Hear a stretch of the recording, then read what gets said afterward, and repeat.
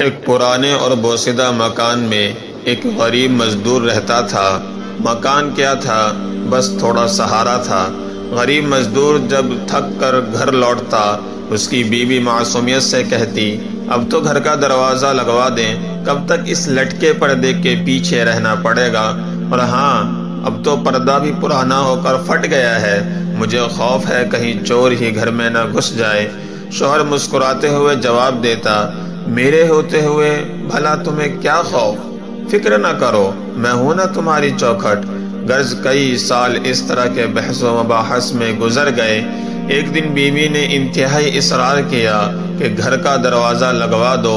بالآخر شوہر کو ہار ماننا پڑا اور اس نے ایک اچھا سا دروازہ لگوا دیا، اور بیوی کا خوف کم ہوا اور شوہر کے مزدوری پر جانے کے بعد گھر میں خود کو محفوظ تصور کرنے لگی۔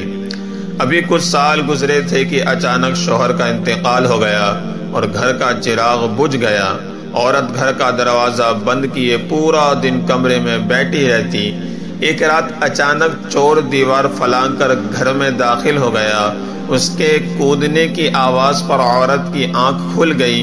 اس نے شور مچایا، محلے کے لوگ آ گئے اور چور کو پکڑ لیا۔ جب دیکھا تو معلوم ہوا کہ وہ چور پڑوسی ہی ہے۔ اس وقت عورت کو احساس ہوا کہ چور کے آنے میں اصل رکاوٹ دروازہ نہیں، میرا شوہر تھا۔ اس چوکھٹ سے زیادہ مضبوط وہ چوکھٹ یعنی میرا شوہر تھا۔ شوہر میں لاکھ عیب ہو، لیکن حقیقت یہی ہے کہ مضبوط چوکھٹ یہی شوہر ہے۔ دعا ہے اللہ رب العزت ہماری تمام مسلمان عورتوں کو شوہر کی قدر و منزلت سمجھنے کی توفیق عطا فرمائے۔